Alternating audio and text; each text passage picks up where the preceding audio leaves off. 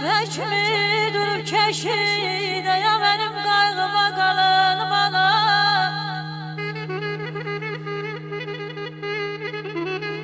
Gah öz kucağında, gah da beşiğde, gah öz kucağında, gah da beşiğde, mənə şirin şirin laylaz çalan bana, yazarlı canına qurban bana.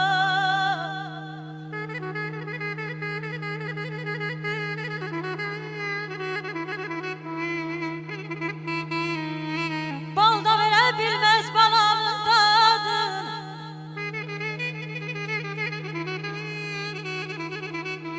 balda verə bilməz balanın dadın. Sen dünyadan doydun, benden doymadın. Ay odum alıştın, közüme yandın. Mənə benden artıq yananım ana, yazabını canına qurbanam ana.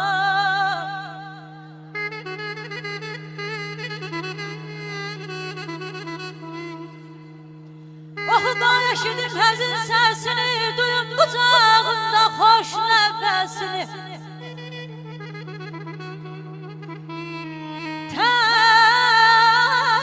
Təzədən eşidim ay ana layla səsini, ana qurbanım olum.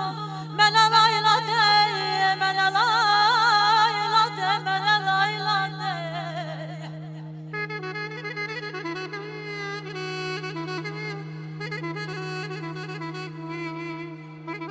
Şirin layla ile söz tutum dilim, laylalı diline qurbana bana.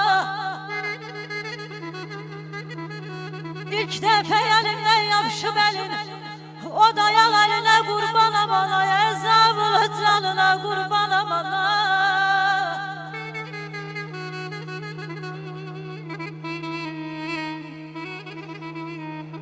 Eline tumarı telime değsin ayana.